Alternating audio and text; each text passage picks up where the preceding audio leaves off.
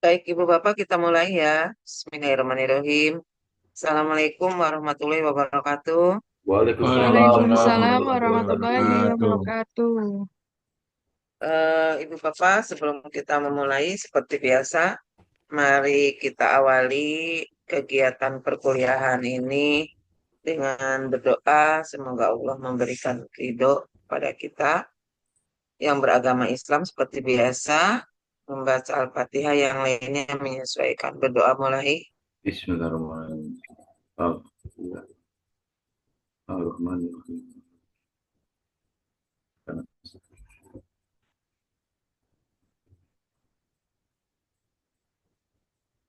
Amin. Selesai. Baik, Ibu Bapak, kita lanjutkan hari ini, hari terakhir untuk kita paparan eh, penelitian Ibu Bapak.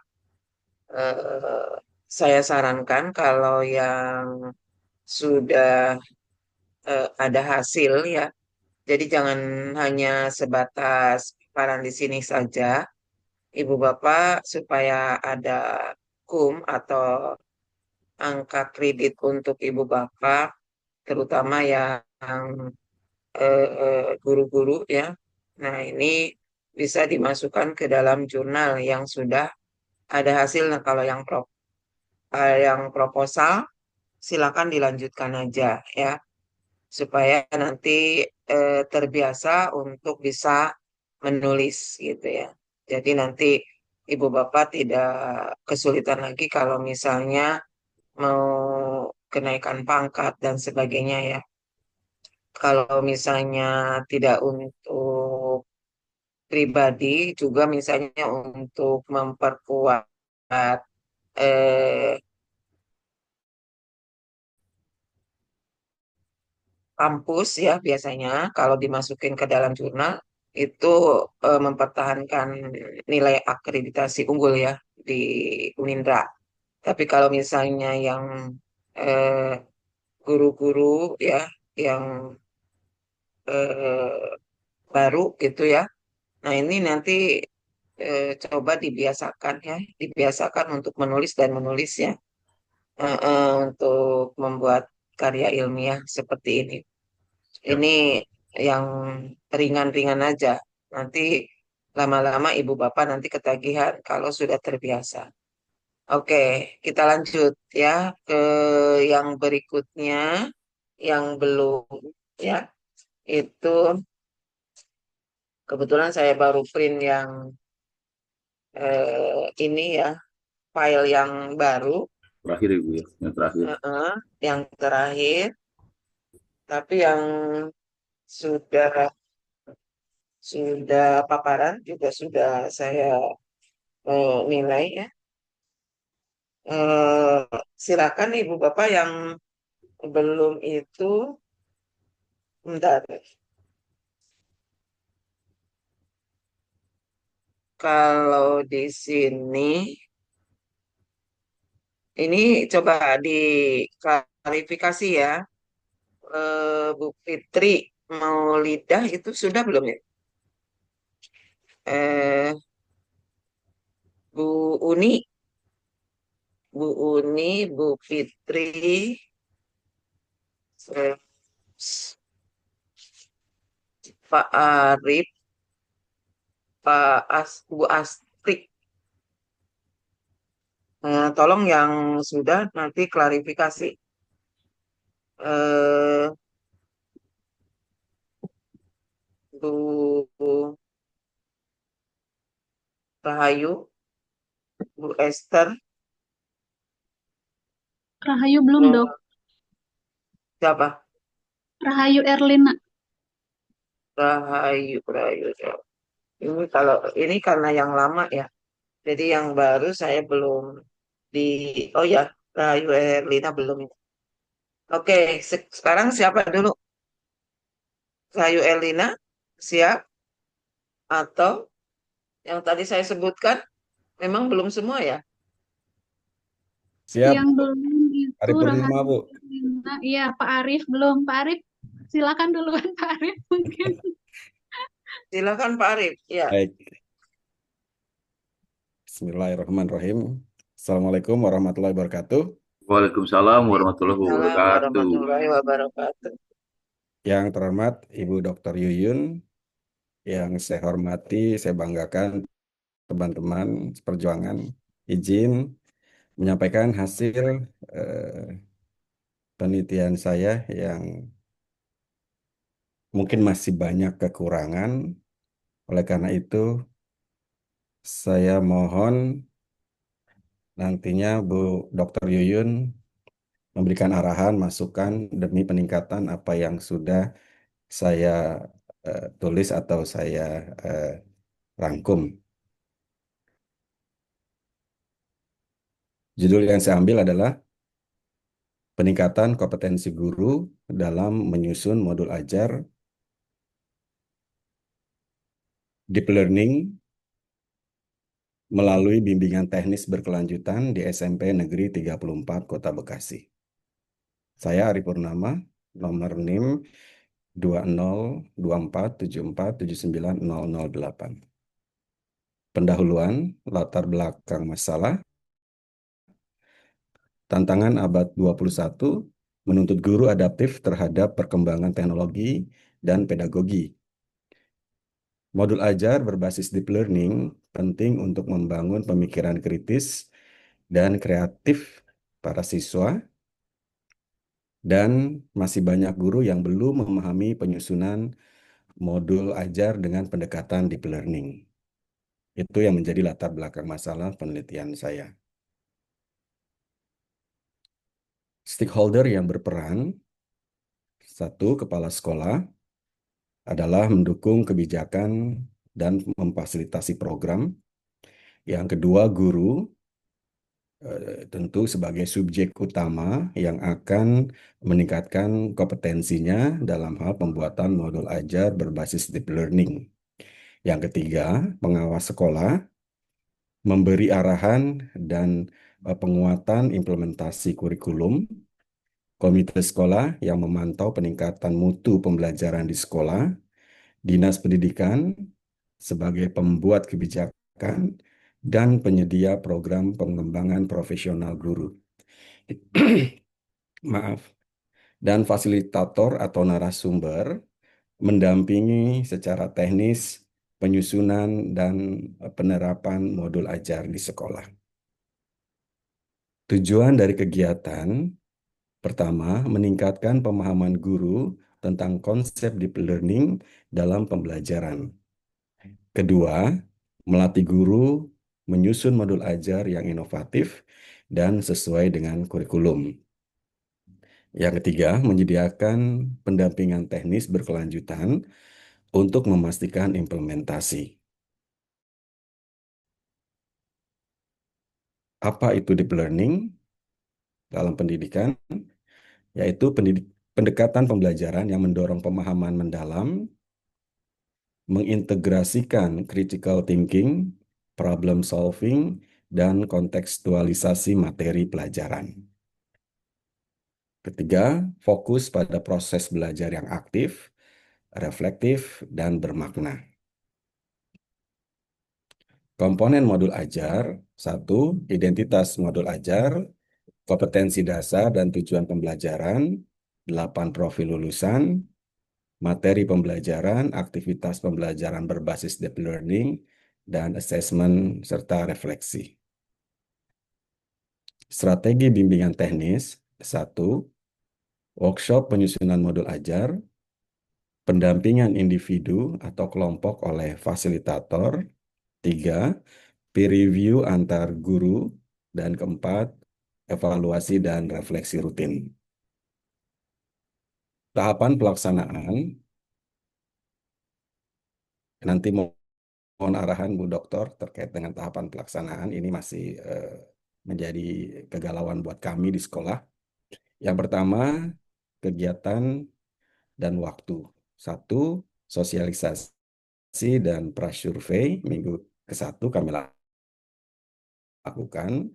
Kemudian tahap kedua, kegiatannya adalah workshop penyusunan di minggu kedua.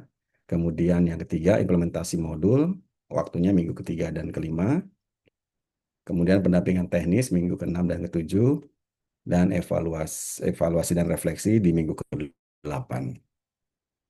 Hasilnya, 41 guru, alhamdulillah di sekolah kami sudah ASN semua, dan guru mampu, sebanyak 41 guru mampu menyusun dan menerapkan modul ajar berbasis deep learning.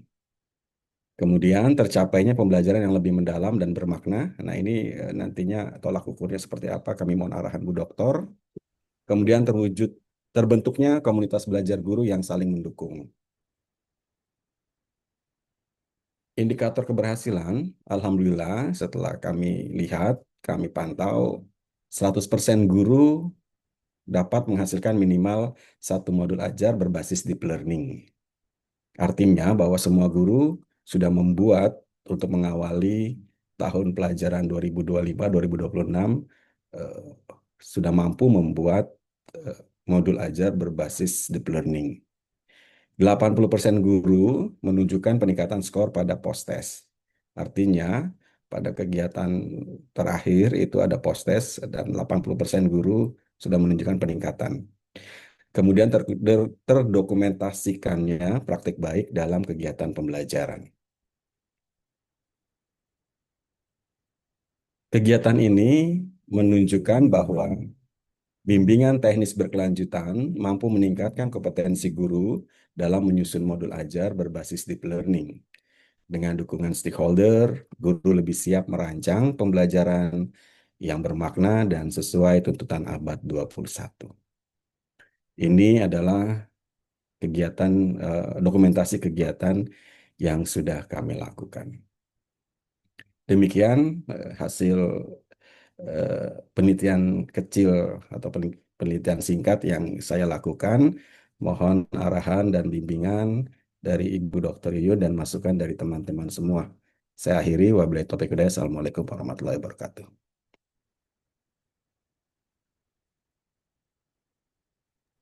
Waalaikumsalam warahmatullahi wabarakatuh. Pak Arif tadi jangan dikeluarin dulu. Saya mau Oh melihat. iya, baik. Jadi gini, Pak Arif di sini udah bagus sebenarnya ya. Ini di planning ini yang lagi diharuskan oleh pemerintah. Nah, cuma ini belum kelihatan apakah modelnya itu model PTS, model metodenya itu eh, PTS atau model lain. Kalau misalnya PTS itu harus eh, coba yang tadi, yang misalnya tadi tuh yang pertama mengadakan workshop, yang kedua mengadakan ini. Nah, itu dibagi gitu. Kalau mau dibikin dua siklus ya. Ya, Terus, ya, terus ke bawah.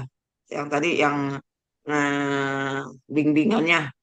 Nah, ini ya, P. ya, Nah, strategi strategi bimbingan teknisnya, workshop penyusunan modul. Nah, eh, ini berarti materinya Bapak bagi, misalnya kalau mau dua siklus, dua saja. ya, baik, baik. Misalnya workshop penyusunan modul ajar itu siklus pertama. Ya, Workshop nanti ini yang misalnya reviewer antar guru, evaluasi dan refleksi rutin, itu adalah eh, siklus kedua. ya, Nah, nah, workshop dengan pendampingan individu ini siklus pertama dibagi ya. Jadi yang 4 materi ini bagi dua, ya, bagi baik, dua, satu dengan dua siklus pertama, tiga dengan empat siklus kedua. baik, dok. Nah, eh, nanti pada saat siklus pertama itu intinya adalah tentang masalah workshop penyusunan modul ajar dan pendampingan individu itu menjadi satu, sehingga nanti pada saat mau pelaksanaan harus ada Yang pertama itu perencanaan, pelaksanaan, terus yang ketiganya itu observasi, yang keempatnya itu tentang refleksi. Nah, ini yang materi 1 dan 2. Materi 3 dan 4 itu masuk ke siklus 2. Siklus 2 sama ya, yaitu eh, di siklus kedua misalnya peer review antar guru, evaluasi dan refleksi rutin, itu dibuat lagi semacam siklus yang terdiri dari 4 kegiatan, perencanaan, terus eh, observasi, terus refleksi dan eh, observasi, refleksi, ya. Jadi perencanaan, pelaksanaan, observasi, refleksi. Caranya kayak gitu. Baik, Nah, Dok. nanti cara pengukurannya jangan kayak tadi.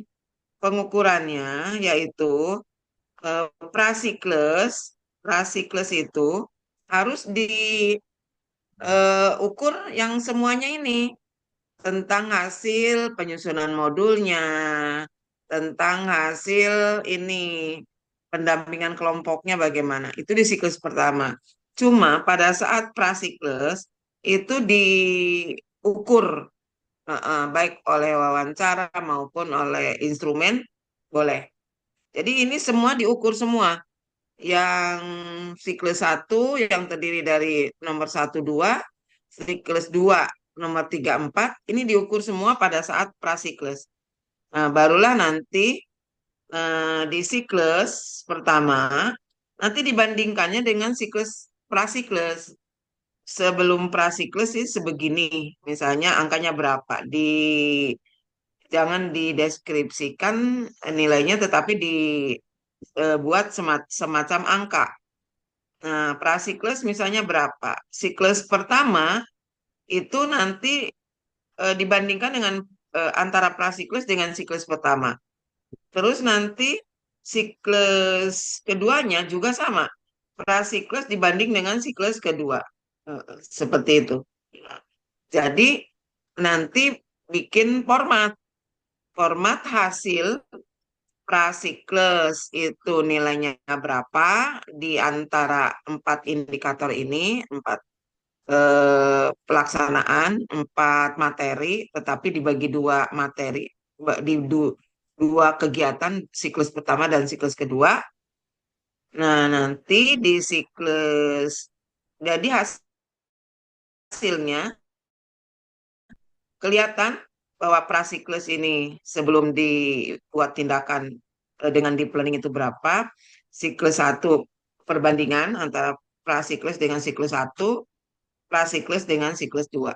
Caranya kayak gitu untuk mengukur dan jelas bahwa Bapak membuatnya itu untuk PTS, penelitian tindakan sekolah, kalau ini, karena untuk seluruh guru.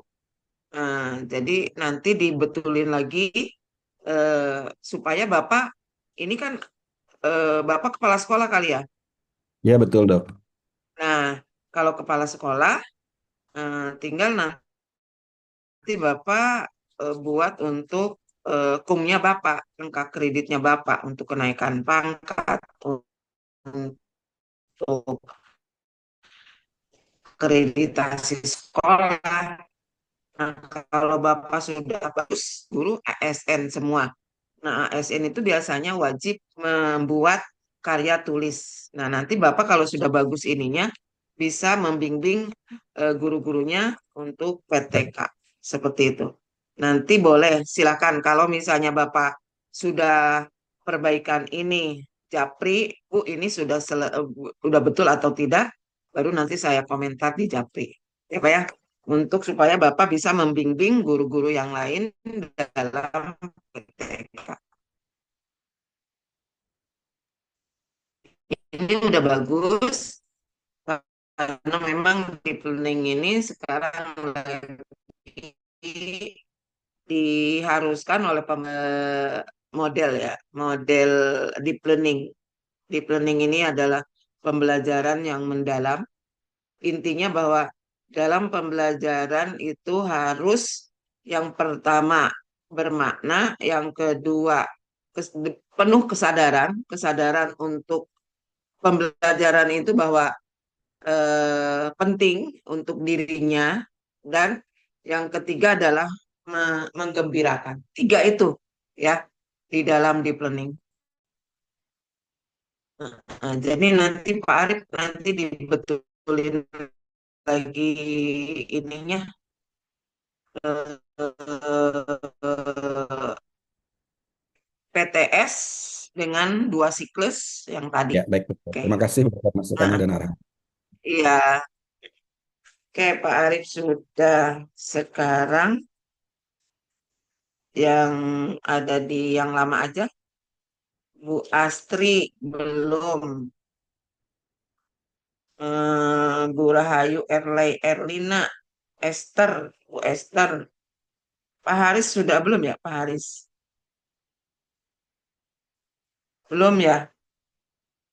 Pak Haris ini peningkatan kemampuan berbicara bahasa Inggris dengan model talking stick ya. Pak Arif, Pak Haris ada nggak Pak Haris? Mana dulu silakan yang disebutkan namanya? Yang belum? Ya, saya dulu ya, Dok. Rahayu Erlina, Dok. Ya. Oke, silakan. Terima Pak Haris kasih. sudah, Ibu. Mohon maaf. Oke, kalau sudah saya contek sini. Ya, silakan Bu Rahayu.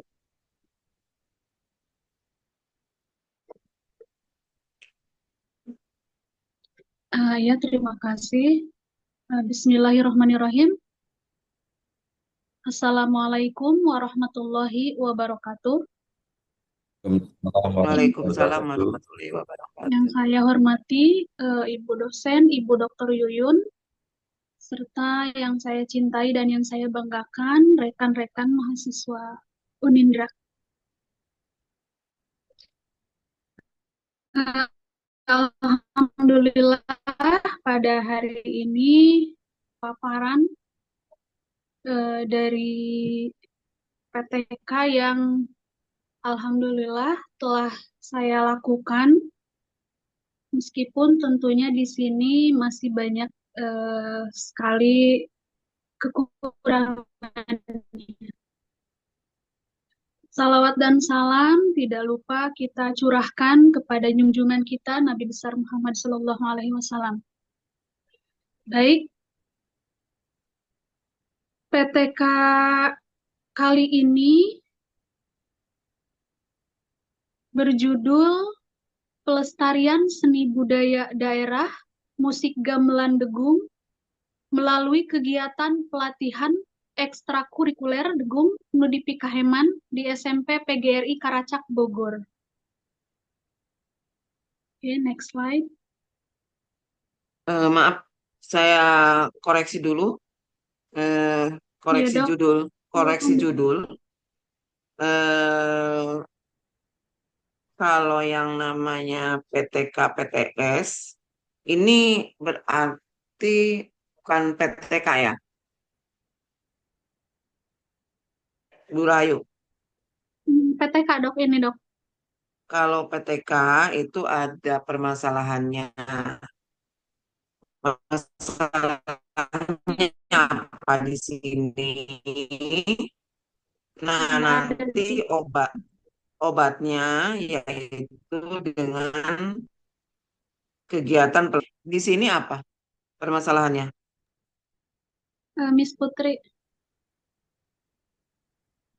slide berikut. Rahayu, Miss Bu Putri, Rahayu. slide berikutnya tolong ya. Tunggu, Dok. Di layar saya nggak muncul ini. Sebentar Bu Ayu, agak nge-lag sebentar. Walaupun tidak melihat paparan, kalau yang namanya penelitian itu kan sudah harusnya sudah paham. Saya itu mau meneliti apa sih masalahnya gitu. Masalah yang di sini saya masih bingung apa Ya, permasalahannya. jadi permasalahannya itu pada era globalisasi sekarang itu, Dok, pada umumnya gitu, ke hal-hal seperti daerah itu sudah menipis seperti itu, Dok. Kecintaan, rasa kecintaannya, pengetahuannya, seperti itu. Makanya, Nah, ya, tunggu. Berarti begini judulnya, peningkatan pelestarian seni budaya daerah itu melalui, mm, jadi jangan pelestarian seni budaya daerah aja. Peningkatan mm, pelestarian seni budaya daerah. Jadi ditambahin kan untuk meningkatkan ya siap, Dok. meningkatkan pelestarian kan. Iya, Dok, siap.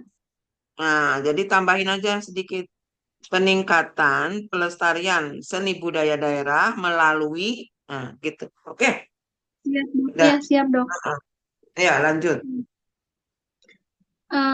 Kembali saya sampaikan, Dok, eh, bahwa yang menjadi latar belakang masalah adalah pelestarian seni budaya daerah merupakan aspek penting dalam mengekalkan identitas dan warisan budaya bangsa. Seni dan budaya daerah seringkali menjadi cerminan sejarah, tradisi, dan nilai-nilai setempat yang unik. Namun, globalisasi dan perkembangan teknologi telah menyebabkan banyak elemen budaya tradisional terancam kepunahan. Oleh karena itu, pelestarian seni budaya daerah menjadi kritikal untuk memastikan generasi akan datang masih dapat mengenali dan menghargai warisan nenek moyang mereka. Dan promosi seni budaya kerajaan, institusi pendidikan, dan masyarakat setempat. Ya, next slide. Adapun yang menjadi permasalahan di sekolah adalah yang ke-1, kurang atau tidak adanya minat serta kemampuan dari para pendidik untuk melatih seni musik tradisional gamelan degung. Permasalahan yang kedua adalah terkendala oleh pembiayaan jika harus mendatangkan pelatih seni dari luar sekolah. Permasalahan yang ketiga, kurangnya sosialisasi promosi akan kecintaan terhadap seni budaya daerah. Permasalahan yang selanjutnya adalah tidak tersedianya sarana dan prasarana yang memadai. Ya, next slide. Model pembelajaran yang saya terapkan adalah pembelajaran dilakukan melalui kegiatan pelatihan ekstrakurikuler yang rutin dilaksanakan setiap minggu, yaitu setiap hari Kamis selama 2 jam pelajaran. Kemudian,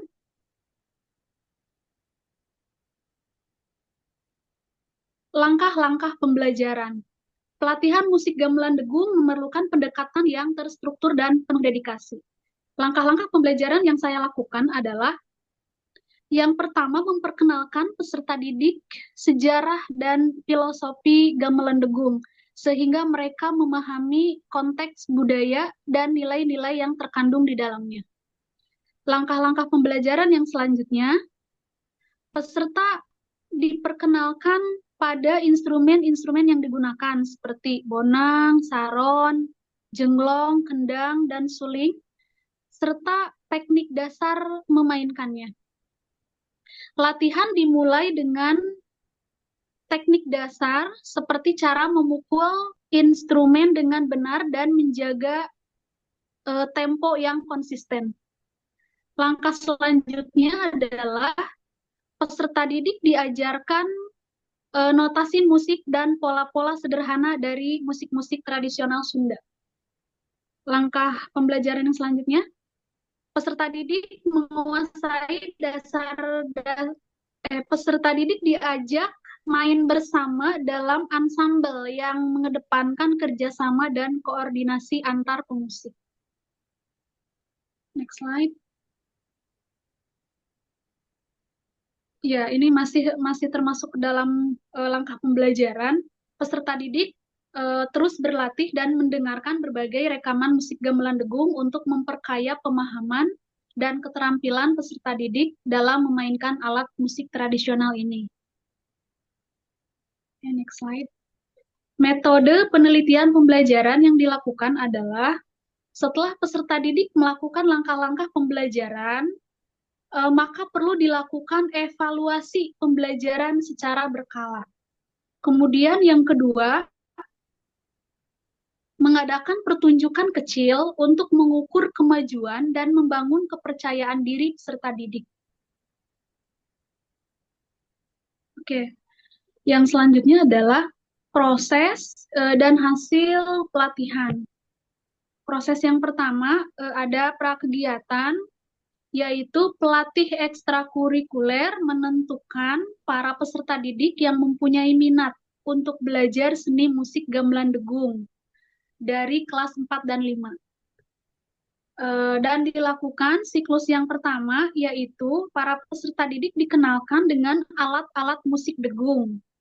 Pada siklus 1, para peserta baru memiliki pengetahuan akan musik gamelan degung ini sebesar 65%, memiliki kemampuan untuk mengenal not pada musik gamelan degung masih sebesar 60%. Kemampuan dalam memainkan musik gamelan masih sebesar 60-70%. Yang kemudian dilakukan siklus kedua. Pada siklus kedua, para peserta didik memiliki kemampuan untuk mengenal alat-alat musik gamelan meningkat menjadi 75-80%. Mampu memainkan nada-nada sebesar 75-80%. Dan kemampuan dalam memainkan musik gamelan sehingga menghasilkan sebuah nada yang indah dan harmonis sebesar 80-85%. Next slide. Hasil dan pembahasan setelah dilakukan pelatihan secara konsisten dan mendalam, para peserta didik mampu mengenal alat-alat musik degung gamelan serta mengenal not-not musiknya. Yang kedua, para peserta didik mampu memainkan nada-nada musik gamelan degung. Dan yang ketiga, hasilnya adalah para peserta didik dapat melakukan pertunjukan musik seni gamelan degung, salah satunya yaitu pada acara pentas seni akhir tahun di sekolah.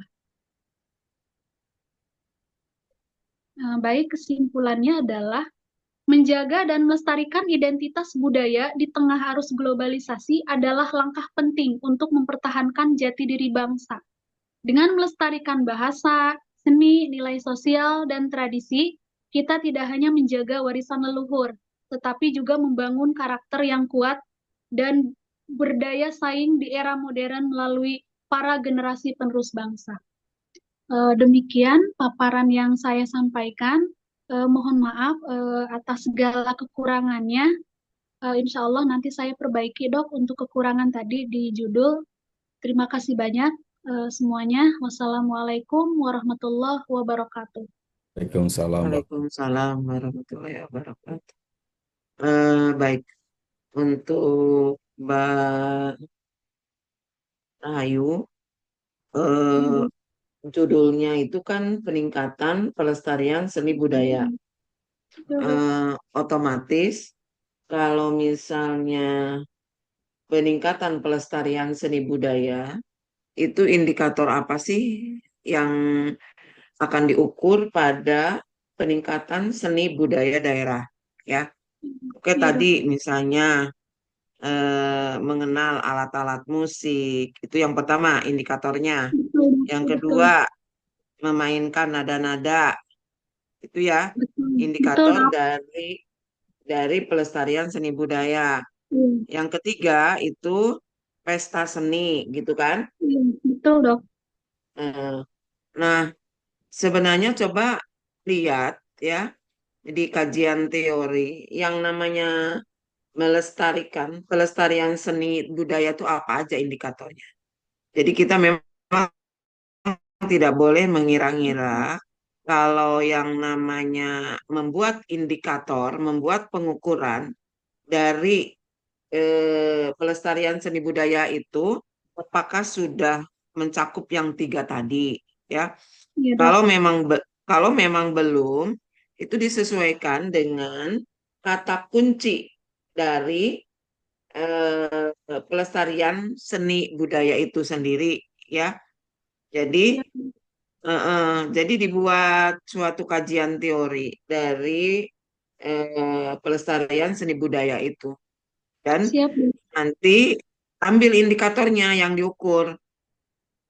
Apakah benar Iya. mengenal alat-alat musik itu sudah termasuk dalam pelestarian seni budaya atau menanamkan nada-nada atau juga pesta seni itu sudah menyangkut terhadap ukuran indikator pelestarian seni budaya.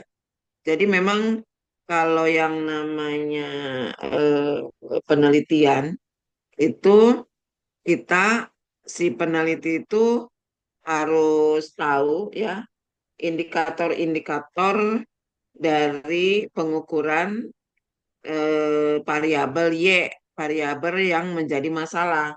Tadi yang menjadi masalahnya adalah kurangnya siswa di dalam melestarikan seni budaya daerah seperti itu. Makanya indikator yang diukur adalah tentang pelestarian seni budaya daerah. Nah, kalau itu sudah tahu pengukurannya, ya itu yang diukur dari misalnya mau disamakan antara siklus 1, siklus 2. Biasanya antara siklus 1 dan siklus 2 itu materinya berbeda. Tadi sama dengan Pak Arif. Ya. Jadi tidak Iya. tidak langsung siklus 1 itu misalnya eh, sampai ke pesta seni itu tidak. Ya. Jadi Iya, Dok. nanti bertahap. Tadi kan ada tahapannya. Nah, Betul, Dok. tadi tahapannya itu bisa dibagi berapa? Silahkan. Siap, siap. Sebelum ini kali ya. Nah, tahapannya itu, materi tahapan, itu dibuat 2 siklus tadi.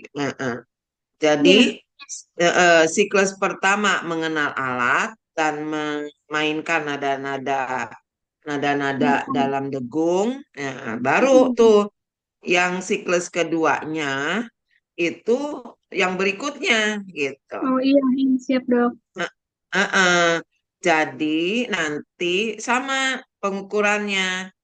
Sebelum ada action prasiklus itu berapa? Iya. Setelah ada siklus 1 itu dibanding dengan prasiklus. Siklus 2 dibanding dengan prasiklus juga. Prasiklusnya berapa? Siklus keduanya berapa? Naiknya berapa? Nanti Iya. pakai format supaya kelihatan kenaikannya antara prasiklus dengan siklus 1 gitu. Iya. Caranya begitu, ya. Siap, Dok. Siap, Dok. Jadi tidak langsung dari siklus 1 naik mengenal alat musik sampai ke pesta seni. Kan nggak mungkin lah siklus 1 sudah Hmm. pesta seni. Kan nanti pesta seninya nanti di siklus kedua. Makanya kalau pengukuran prasiklus secara keseluruhan, ya. Tetapi kalau yang ini siklus 1 baru memiliki pengetahuan akan musik gamelan degung, memiliki kemampuan untuk mengenal not, kemampuan dalam memainkan musik. Iya, benar. Tapi nanti perbandingannya dengan prasiklus. Siklus satunya diukur nggak? Harusnya diukur nih masalah kayak gini. Supaya Iya. supaya jelas dibandingkan dengan prasiklus dengan siklus 1. Siklus 2, siklus prasiklus dengan siklus 2. Pada saat Iya, prasiklus diukur semuanya sampai ke pentasen itu diukur gitu ya. siap, Dok. Supaya jelas. Makanya Hmm. kenapa saya minta format supaya jelas yang diukur apa, Mungkin terus formatnya nanti seperti tabel ya, Dok, ya? benar Seperti tabel seperti penilaian tabel. seperti itu ya, Dok? Oh iya, iya. Prasiklusnya kan prasiklus harus diukur. Iya, iya. Nah, nah ini memainkan nada sebesar kemampuan dalam memainkan musik. Nah, di tadi siklus 1 nggak ada memainkan musik gamelan. Nah, jadi Iya. di siklus Pak 1, jadi ini nanti langkah-langkahnya dibagi 2 aja supaya jelas. Jadi nanti Hmm. siklus kedua baru tuh ada misalnya memainkan eh, gamelan atau misalnya dengung secara keseluruhan, a- ada pentas. Jadi di ini buat dua kelompok ya, kelompok materinya. Iya, dok. Siklus satu dengan Mm-mm. siklus dua. Iya, dok. Oke, nanti dibandingkan seperti itu ya. Ya, dok. Terus Untuk nanti ini, dok. dibikin dibikin tabel. Tinggal dibuat kayak gitu aja. Iya, iya. Metode siklusnya, siklus satu, siklus duanya gitu. Untuk metode penelitiannya ya, dok. Heeh, di metode penelitian Siap, dok. PTK-nya itu. Iya. Terima kasih I- banyak, dok, masukannya, dok. iya, baik. Sekarang yang belum lagi, Bu Esther, silakan. Baik, siap Ibu Dok.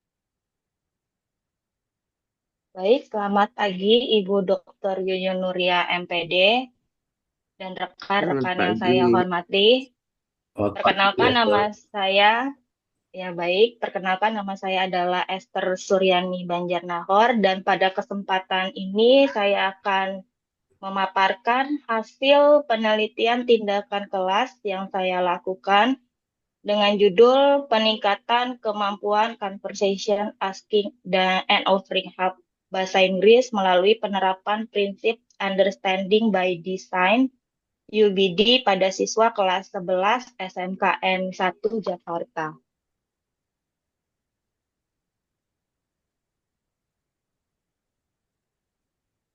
Oke, berikut agenda presentasi untuk hari ini, diantaranya adalah pendahuluan, kajian teori, metode pendampingan, hasil dan pembahasan, lalu yang terakhir adalah kesimpulan. Untuk latar belakang, yang pertama adalah rendahnya penguasaan ekspresi asking dan offering bahasa Inggris di kalangan siswa kelas 11 SMK Negeri 1 Jakarta dengan nilai rata-rata di bawah 65. Target peningkatan dalam penelitian ini, siswa diharapkan mampu menggunakan 15 lebih frasa asking dan offering secara aktif dalam simulasi peran dan komunikasi sehari-hari, sehingga dapat mencapai skor di atas 80%. Lalu metodologi perencanaan yang saya lakukan menerapkan prinsip Understanding by Design, UBD, yang akan fokus pada hasil pembelajaran yang jelas dan bukti pemahaman yang konkret. Untuk stakeholder-nya di sini, dalam penelitian ini stakeholder yang terlibat adalah kepala sekolah, memberikan izin, dukungan administrasi, dan motivasi agar inovasi pembelajaran dapat dilaksanakan secara optimal.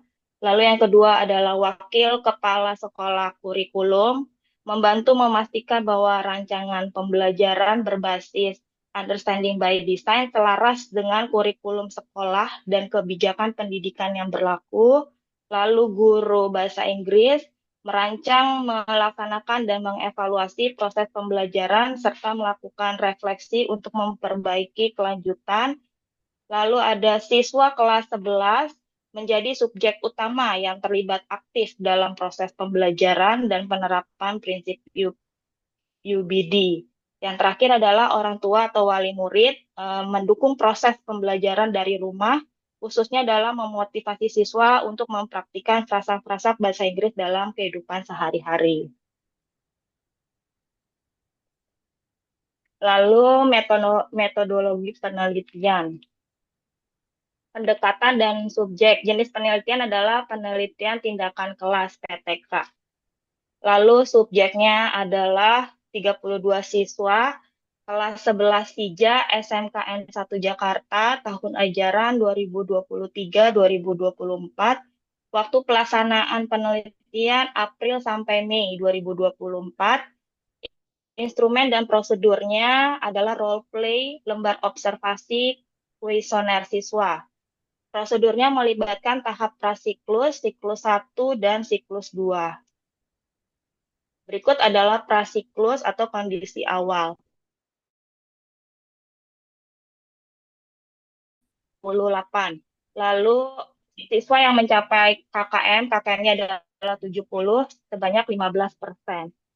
Hasil tes diagnostik lisan menunjukkan rata-rata kelas sebesar 58 dari 100, dengan hanya 5 siswa saja, yaitu 15% yang mencapai KKM 70. Masalah utama yang teridentifikasi adalah keterbatasan kosakata dan struktur kalimat dasar, serta keraguan dan kurangnya kepercayaan diri siswa saat berbicara. Observasi juga mencatat minimnya interaksi percakapan ASCII dan offering hub di antara siswa. Lalu kerangka understanding by design. Dalam understanding by design ada 3 tahap. Yang pertama adalah identifikasi hasil yang diinginkan, yaitu menentukan tujuan pembelajaran yang jelas dan hasil akhir yang diharapkan siswa. Lalu tahap 2 menentukan bukti penelitian, merancang tugas performansi dan penilaian otentik untuk mengukur pemahaman siswa. Lalu tahap ketiga, merencanakan pengalaman belajar dan pembelajaran, mengembangkan aktivitas dan strategi pengajaran yang mendukung pencapaian tujuan. Fokus UBD adalah pada 6 aspek pemahaman, ada penjelasan, interpretasi, aplikasi, perspektif, empati, dan pengetahuan diri. Penerapannya dalam penelitian ini melibatkan desain unit pembelajaran spesifik untuk materi ASCII and offering hub. Lalu, siklus 1, implementasi dan hasil awal. Siklus 1 ini perencanaan dan tindakan. Unit UBD tentang ASCII dan offering hub diimplementasikan dalam 3 pertemuan. Fokus pembelajaran adalah pada penguasaan kosakata dan ekspresi terkait. Aktivitas meliputi role play sederhana dengan 3 skenario dan latihan berpasangan. Observasi menunjukkan peningkatan partisipasi siswa dengan 65% siswa aktif. Hasil tes siklus 1 menunjukkan peningkatan rata-rata menjadi 68 dari 100. Dan 16 siswa, yang artinya 50% telah mencapai KKM, yaitu 70.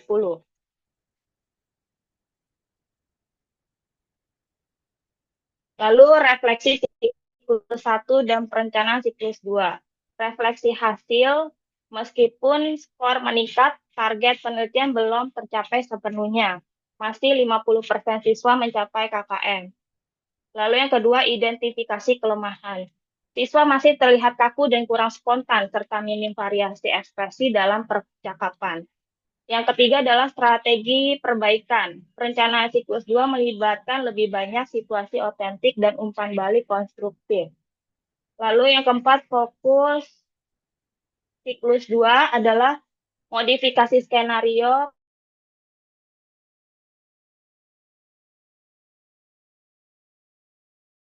aman. Oke, selanjutnya siklus 2, implementasi peningkatan.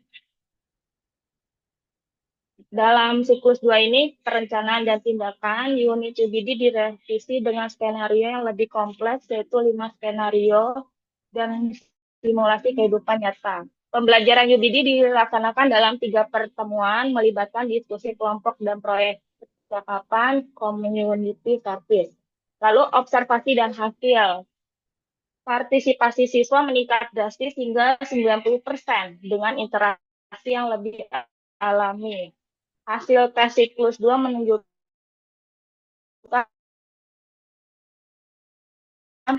peningkatan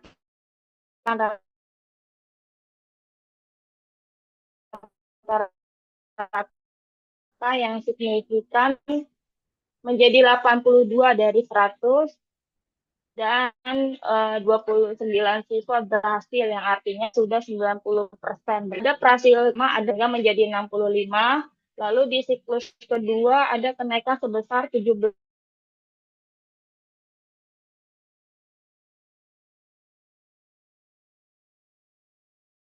poin menjadi di percakapan bahasa Inggris siswa dengan kenaikan rata-rata adalah 20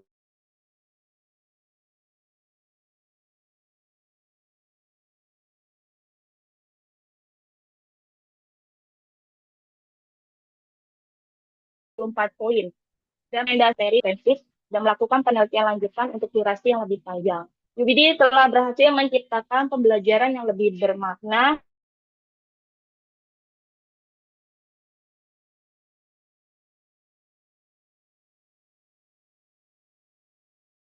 dan berorientasi pada hasil, memberdayakan keterampilan yang lebih baik. Terima kasih kepada Ibu Dr. Yuyen. Terima kasih. Baik, Bu Esther. SMK 1 itu di deket ini ya, apa yang eh basicnya itu yang tata boga gitu ya. SMK 1 itu mesin, dokter, teknik mesin. Mas, Tapi itu adanya di mana? di Budi Utomo di Pasar Baru, Jakarta Pusat. Oh, yang satunya. Kalau yang itu mungkin SMK 3 ya? SMK Kan 2, berdekat ya SMK 2. 27 dokter. Yang Oh, tata boga ya, iya iya. betul. Ah. Kalau yang SMK 1 mesin itu yang dekat dengan dinas ya? Iya, betul dokter. Hmm, iya kalau yang di Tata Boga itu biasanya saya ikut dengan Bu Marbiah itu. Apa namanya? Asesor di situ di SMK yang Tata Boganya. Kalau di Ya, mesin, saya tidak pernah ke situ. Cuma kalau ke dinas sering gitu. Melatih guru-guru biasanya di dinas. Baik. Jadi gini, tadi eh, di dalam permasalahan itu bahwa peningkatan kemampuan grammarnya diganti ya dengan apa tadi? dengan percakapan dokter. Percakapan. Nah, kalau misalnya yang diukur tentang peningkatan tentang percakapan, jadi yang harus diutamakan materinya itu bagaimana meningkatkan percakapan bahasa Inggris ya tadi melalui apa tadi? Nah, yang diukur yaitu masalah bagaimana meningkatnya eh, keterampilan percakapan siswa sebenarnya ini ya Ya, di betul. SMK. Heeh. Jadi kalau seperti ini tadi eh, evaluasi akhir itu sudah bagus, cuma itu kurang jelas apa yang diukur kan cuma perbandingan angka saja. Jadi kalau perbandingan angka saja tanpa apa sih yang dibandingkan ya diukurnya apa? Tadi kan dievaluasi ada tuh. Harusnya dijelasin. Coba ke evaluasi di atasnya lagi sebelum kesimpulan. Iya, dokter. Nah, itu evaluasi akhir. Harus ada indikatornya kalau mau dibandingkan gitu. Kalau tadi kan nggak ada meningkat, meningkat dari sekian ke sekian, dari sekian ke sekian. Kalau yang namanya penelitian, nah mana coba? Ini apanya yang meningkat? Bingung kan? Prasiklus dari 58 ke 65 siklus 1. Terus 65 ke 82. Indikator apa coba kalau gini? Bingung orang kalau membacanya. Apanya yang meningkat gitu kan? Jadi di sini harus dilihatkan. Nah, yang diukur itu apa? Yaitu tentang keterampilan percakapannya meningkat. Ya, Jadi betul sekali. nggak gini. Ini bingung tak nanti yang membaca apa sih yang meningkatnya kayak gitu. Nah, jadi harus dilihatkan indikatornya. Ini indikator yang diukur adalah ini pada saat prasiklus. Nah, gitu. Di judulnya aja evaluasi akhir dan perbandingan tentang meningkatkan percakapan. Indikator yang diukur adalah A, B, C, gitu, apa. Nah, ini bisa misalnya nilai ini bisa 58 ya. Ya, indikator percakapan itu kan ada indikatornya ada beberapa ya. Mengenal huruf atau misalnya mengenal apa namanya bahasanya. Kelancaran, Iya, jadi kelan- tidak langsung kayak gini gitu. Nah, ini nanti tabelnya itu bisa tiga, tiga angka, tapi di dalam judul udah kelihatan. Dalam judulnya itu misalnya apa saja yang mau diukur.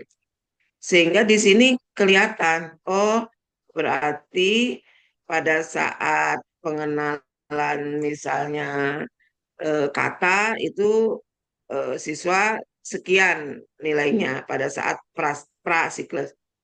Pada saat siklus sekian, pada saat ini sekian. Kalau kayak gini aja nggak bisa dibaca nantinya ya. Jadi baik. sesuaikan dengan permasalahan yang diukur itu adalah masalah indikator percakapan ya, peningkatan percakapan. Nah, indikator-indikator apa sehingga bisa meningkat di dalam percakapan gitu. Jadi tinggal menuangkan aja yang ada di sini. Nggak presentasi KKM. KKM itu hasil. Kalau percakapan ke hasil kan beda lain. Hasil mata pelajaran bahasa Inggris, nah KKM-nya sekian. Kalau di kurikulum Merdeka Belajar itu apa namanya? Bukan KKM.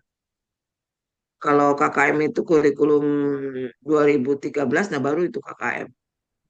KKTP, Dok. Nah, nah, KKTP, ya. tapi kalau yang sekarang itu belum belum pasti kurikulumnya, belum ada payung hukum. Kita itu mau memakai kurikulum nasional tetap yang tahun 2024 itu diresmikan atau ganti kurikulum baru. Kan belum ada. Tetapi kalau deep learning itu memang wajib harus di dalam pembelajaran guru wajib eh, memakai pendekatan deep learning gitu. Nah, ini minta tolong ya dijelaskan yang rincinya tentang Ya, ya, ukuran dari indikator percakapan. ya, baik Dokter Nah, William. dibetulin aja. Ya, Heeh. baik Dokter. Terima kasih Dokter masukannya. Iya, masih bisa dua lagi ya. Kalau Satu lagi, Bu. Winnie Winnie Julia udah belum? Belum, Bu, belum. Di sini juga belum ada angka, belum ada nilai. Silakan Winnie Julia. Ada nggak orangnya? Iya, saya, Bu. Oh, ada.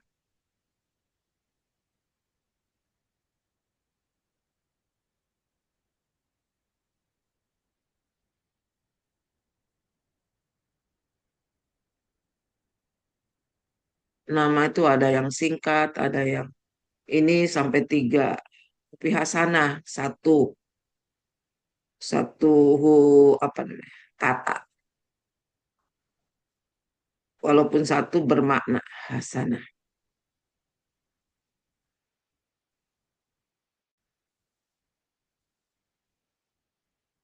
Ya, silakan.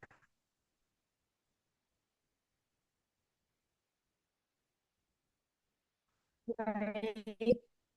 Bismillahirrahmanirrahim. Assalamualaikum warahmatullahi wabarakatuh. Dr. Dia Pridayana Di dengan nomor NPM 2024 4747 9048 yang akan memaparkan tentang penerapan metode scanning dan skimming untuk meningkatkan kemampuan membaca teks naratif pada siswa kelas X TKJ 2 SMK Plus Pelita Nusantara Bogor.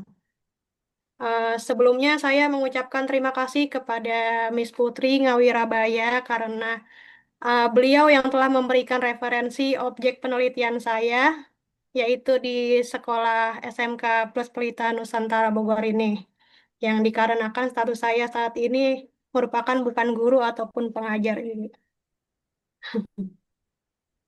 Terima kasih ya, Miss Putri. Baik, saya lanjut. Agenda presentasi saat ini.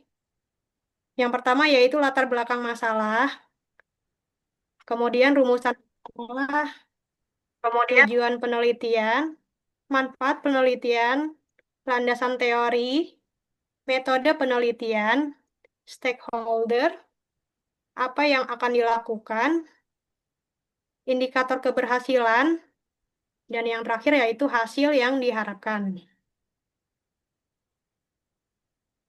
Latar belakang, kemampuan membaca siswa kelas 10 TKJ 2 dalam membaca dan memahami teks naratif masih tergolong rendah.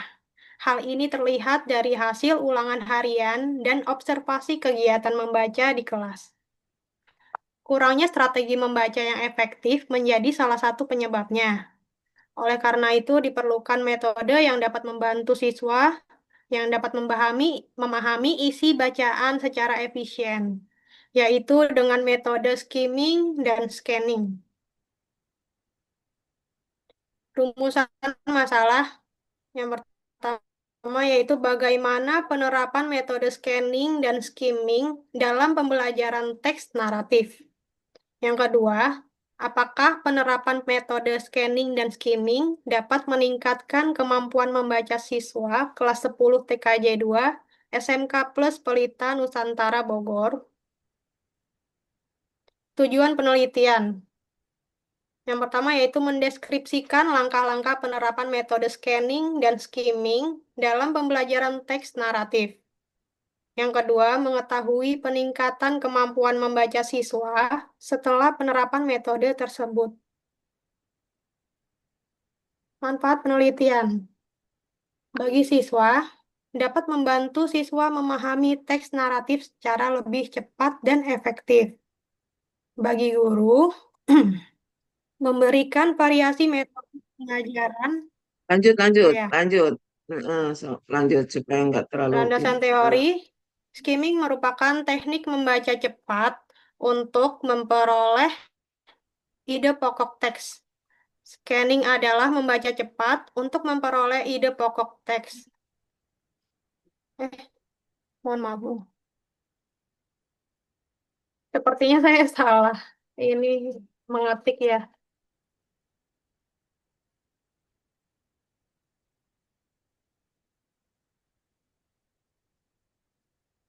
lanjut aja nggak apa-apa. Iya, mohon maaf ya dok ya.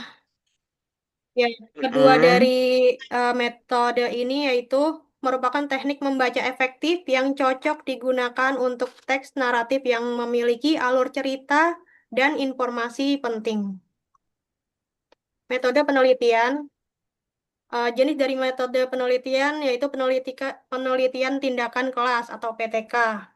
Subjek dari penelitian ini yaitu siswa kelas 10 TKJ 2 SMK Plus Pelita Nusantara Bogor, yang totalnya jumlah 27 anak laki-laki. Instrumen penelitian yaitu tes membaca, lembar observasi, wawancara, serta jurnal siswa.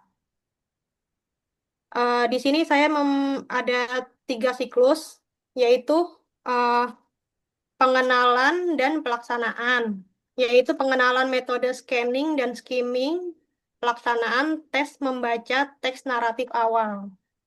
Yang kedua yaitu siklus penerapan metode scanning dan skimming dalam pembelajaran membaca teks naratif.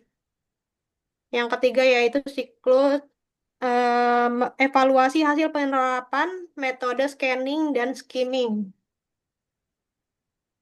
Stakeholder yang bersangkutan yaitu guru mata pelajaran bahasa Inggris dan bahasa Indonesia kelas 10 TKJ 2 SMK plus Pelita Nusantara Bogor.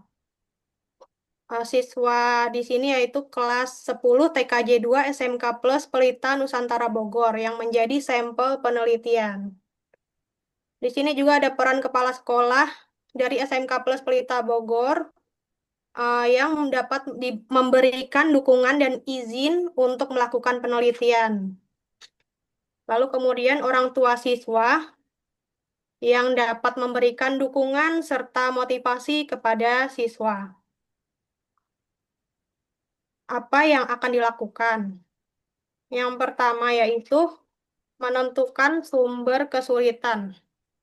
Menentukan sumber kesulitan di sini yaitu guru menentukan sumber kesulitan siswa dalam membaca, apakah karena kurangnya kosakata, struktur kalimat yang kompleks, atau kurangnya pemahaman tentang teks naratif. Yang kedua, mengobservasi proses membaca. Guru mengobservasi proses membaca siswa untuk memahami bagaimana mereka membaca dan memahami teks. Yang ketiga, penggunaan strategi membaca. Guru mengajarkan strategi membaca yang efektif dengan menggunakan metode scanning dan skimming. Lalu kemudian pengulangan dan latihan. Pengulangan dan latihan di sini guru memberikan kesempatan kepada siswa untuk berlatih membaca dan memahami teks naratif secara berulang-ulang. Kemudian diskusi dan tanya jawab. Guru memfasilitasi diskusi serta tanya jawab tentang teks naratif untuk membantu siswa agar memahami dan menganalisis teks. Kemudian pengembangan kosakata. Pengembangan kosakata, guru membantu siswa mengembangkan kosakata mereka melalui pengajaran kosakata yang efektif. Lalu yang terakhir yaitu pengembangan kemampuan analisis. Guru dapat membantu siswa mengembangkan kemampuan analisis mereka melalui pengajaran strategi analisis teks. Indikator keberhasilan. Peningkatan nilai rata-rata tes membaca siswa dari pratindakan ke pasca tindakan. Peningkatan partisipasi aktif siswa dalam kegiatan membaca. Peningkatan skor KKM atau kriteria ketuntasan minimal 75%. Hasil yang diharapkan ya di sini penerapan metode scanning dan skimming diharapkan mampu membantu siswa dalam memahami teks naratif dengan lebih mudah serta meningkatkan nilai hasil belajar dan membentuk kebiasaan membaca cepat dan efisien. Berikut adalah pemaparan dari saya. Mohon jika ada kurang atau ada yang ingin dibenarkan dari Dr. Yuyun mungkin. Terima kasih. Buat Baik, Mbak Twini, walaupun bukan dari guru, udah bagus ini bikin sendiri atau dibikinkan, nah, iya dok. Ini dibuatkan juga ya. dibantu referensi dari Miss Putri Ngawirabaya karena beliau mengajar di sekolah tersebut.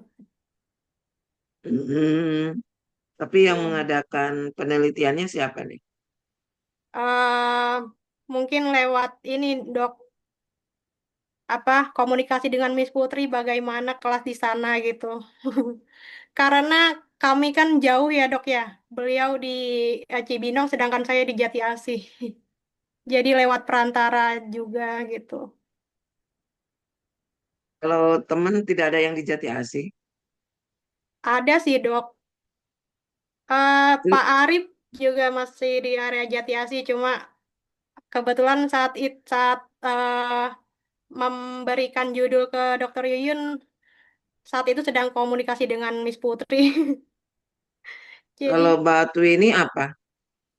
Bukan gimana? guru, tapi masuk ke S2-nya guru pendidikan. S1-nya saya sastra Inggris, Dok. Jadi rencananya setelah lulus S2 ini ingin mengajar gitu, Dok. Makanya ngambil Bagus ya. pendidikan dulu gitu. Oke, oke. Ah, Hmm. ah. Baik.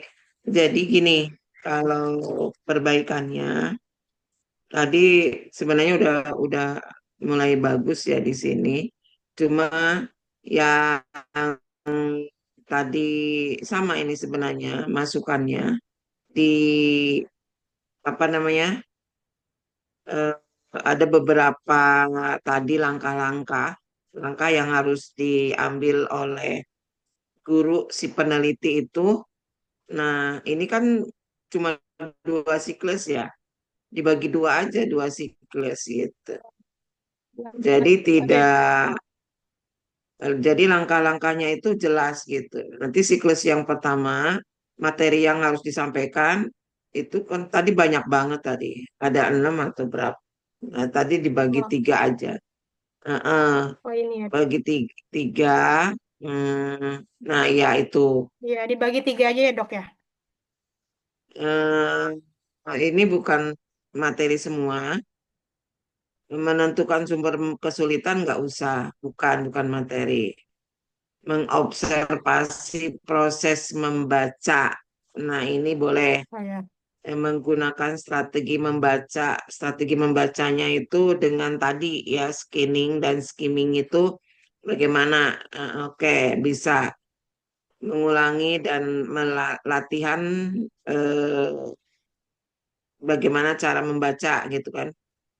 Nah, kalau misalnya di sini diskusi dan tanya jawab, pengembangan kosakata, pengembangan kemampuan analisis itu tersendiri juga. Nah, jadi 3 di atas, 3 di bawah gitu. Oh iya. Nah, Baik, Dok.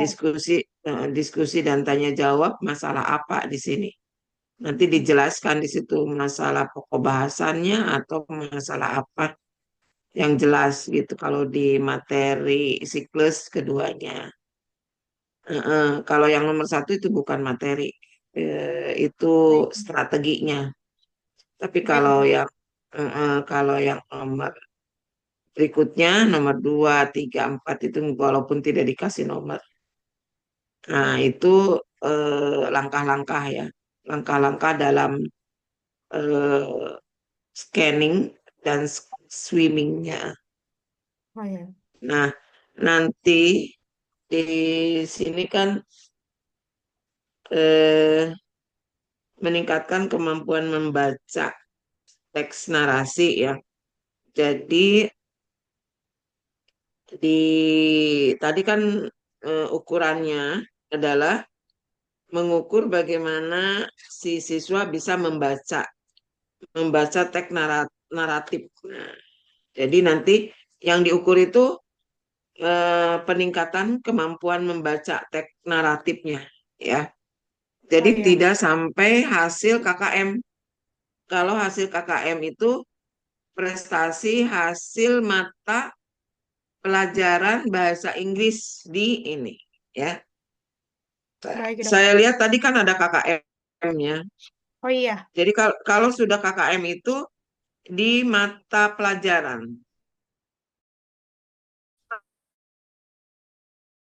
per mata ukurannya itu bagaimana si anak bisa membaca gitu, Baik, Dok. membaca teks naratifnya. Kalau misalnya teks naratif itu satu TP ya, tujuan pembelajaran atau kalau kurikulum 2013 itu sub pokok bahasan, ya boleh saja KKM.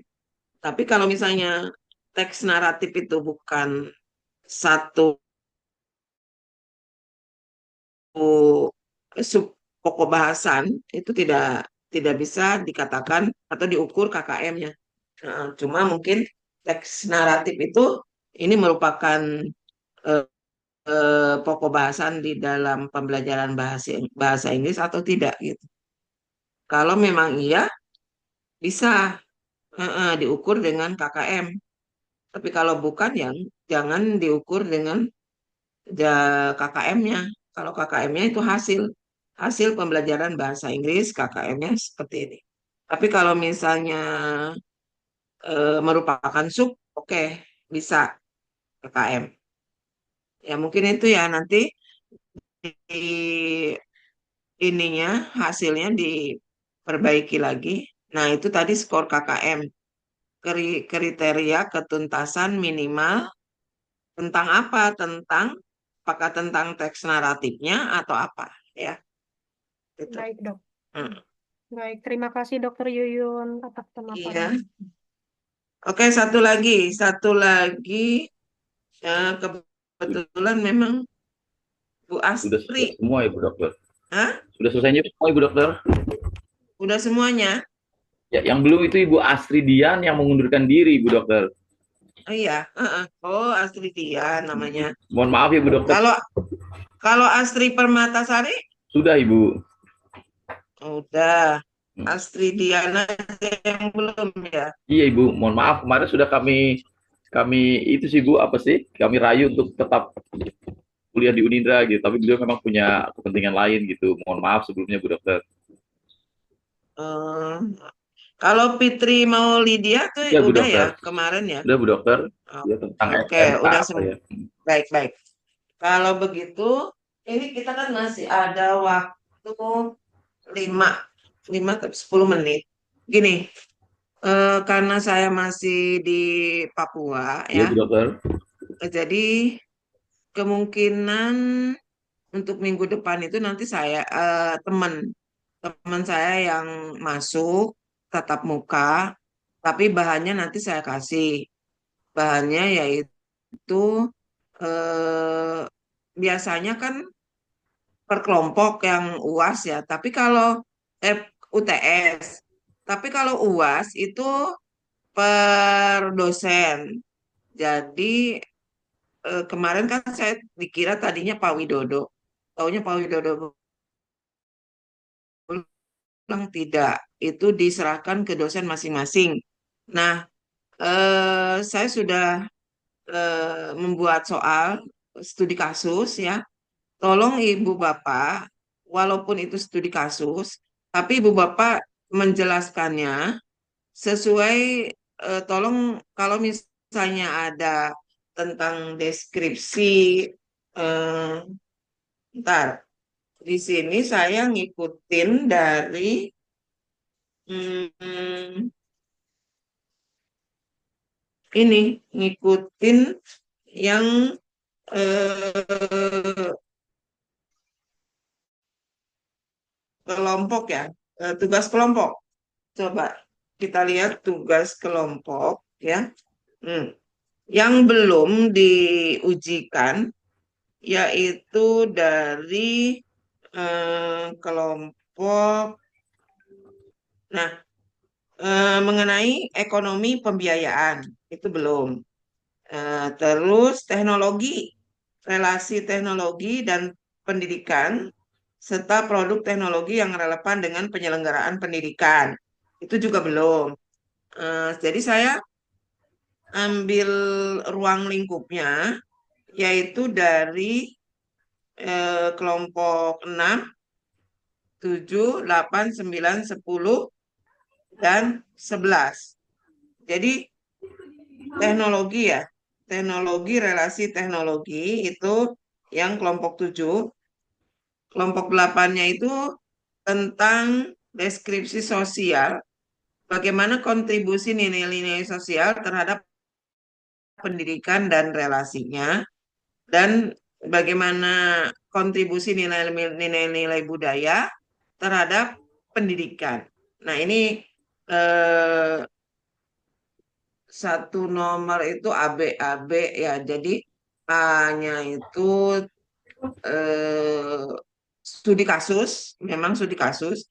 Cuma ibu bapak nanti tolong kalau misalnya masalah sosial ya dideskripsikan berhubungan dengan sosial, bagaimana nilai-nilai budaya terhadap pendidikannya itu bagaimana ya di kajian teorinya yang pernah dibahas waktu sebelum UAS. Nah, terus bagaimana kurikulum dan perencanaan proses pembelajaran dan model-model pembelajaran.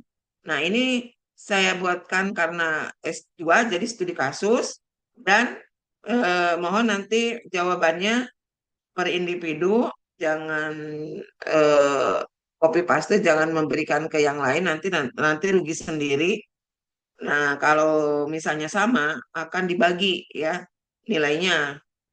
Karena kan kalau yang namanya ujian itu tidak ada kerjasama. Tapi kalau kelompok boleh kerjasama. Nah, dengan ini definisi ini apa namanya kurikulumnya tentang masalah kurikulum ganti menteri ganti kurikulum. Nah, itu bentuknya bentuk kasus juga. Nah, nanti ibu bapak dijelaskannya bagaimana eh, yang berkaitan dengan kajian kurikulum eh, yang sering berganti itu ya. Nah, jadi ada kajian teorinya yang pas, baru ibu bapak menjawab sesuai dengan kasusnya. Karena kalau buka buku dengan tidak soalnya tidak berbentuk kasus, otomatis itu mudah ya. Tetapi kalau misalnya buka buku itu bentuknya kasus, ibu bapak yang terpenting itu dilihat dulu ini kajian teorinya apa ya. Jadi jangan mengarang asal aja, asal banyak tidak. Kalau saya bagaimana kata kuncinya ada nggak di situ gitu. Kalau masalah tentang kurikulum, paham nggak tentang masalah kurikulum itu kebijakan Maaf, kurikulum dokter, gitu. izin sebentar, Jadi dok. di Ini kan ya menyampaikan untuk tanggal 27 itu kan sesuai edaran kan tidak daring ya, tapi luring. Tidak luring Online. tapi daring, dok. Ini edarannya ada di sini, dok. Sebentar, dok. daring atau luring? Ada perubahan, dok, nggak salah. Online Bu Dokter. Apa daring? Iya, online. Ya. Jadi bisa menyampaikan eh, untuk ini Oke deh kalau di gitu. tanggal 27. Ya udah, nanti saya coba presentasi kalau gitu tanggal 27. Iya, dok. Maaf, maaf ya. Tadi mengingatkan Ya kembali aja. syukur. Saya kan tadinya memang Iya. tidak pulang karena di sini masih Mm-mm. banyak sekali pekerjaan ya. Berarti masih tetap saya. Nanti saya Iya, online Bu Dokter. nanti saya eh, singgung seperti yang pada saat mau UAS ya. Dari mulai ini. Kalau saya nanti dari mulai pembiayaan. Oke. Untung diingatkan. Kalau tidak nanti saya khawatirnya saya pulang lagi. Buang-buang ini Iya, Wah, iya Bu uang Pak. Dokter. Terima kasih kalau gitu. Oke, terus nanti saya bikin Google Grab untuk ini ya, perbaikan-perbaikan PTK-nya, baik paparan maupun makalahnya. Yang sudah saya berikan masukan-masukan, tolong diperbaiki ya. Supaya nanti Ibu Bapak, mudah-mudahan Ibu Bapak bisa dilanjutkan ke jurnal. Supaya Iya Bu kalau Dokter. dilanjutkan ke jurnal itu untuk kumnya ibu bapak, untuk kenaikan pangkat ibu bapak ya, juga untuk kenaikan akreditasi sekolahnya ya. Jadi kalau sering menulis itu nanti terbiasa. Jadi lumayan ibu bapak bisa membantu sekolahnya sendiri, bisa membantu dirinya sendiri untuk terbiasa menulis dengan yang awalnya ringan-ringan, nanti ketagihan. Biasanya gitu sama dengan saya. Saya awalnya kok susah banget ya ada contoh dip ya, tiru. Nah, itu enak nantinya sesuaikan dengan masalahnya masing-masing. Jadi jangan berhenti di sini aja, tetapi dilanjutkan, Untuk silakan penegasan ke dok, jurnal ya. kalau yang di Google Drive nanti hanya berarti ada dua ya, atau hanya satu saja, hanya tampilan untuk PPT saja dok? Dengan makalahnya berarti ada Dengan dua ya, jadi PPT makalahnya, dengan nanti makalah. makalahnya, Itu eh, batasannya waktu ya ada nggak dok? nanti kalau Batasan waktunya. nah, batasan waktu minggu depan kan biasanya 1 minggu sebelum ujian akhir baru Ya, baik. dikumpulkan supaya supaya pas nanti ujian akhir itu kan banyak tuh, saya mengoreksinya. Sebelum itu saya koreksi dulu biasanya ininya, tugasnya. Kalau ini kan tugas individu, kalau yang kemarin kan tugas kelompok. Heeh. Jadi biasanya di sistem itu diminta tugas individu apa, tugas kelompoknya apa.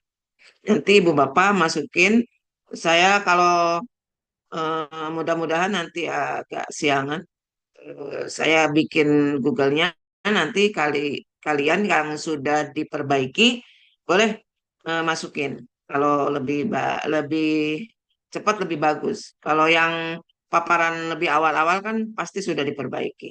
Ya, supaya saya nyicil kerjaan ngoreksinya. Oke, mungkin itu saja dari saya.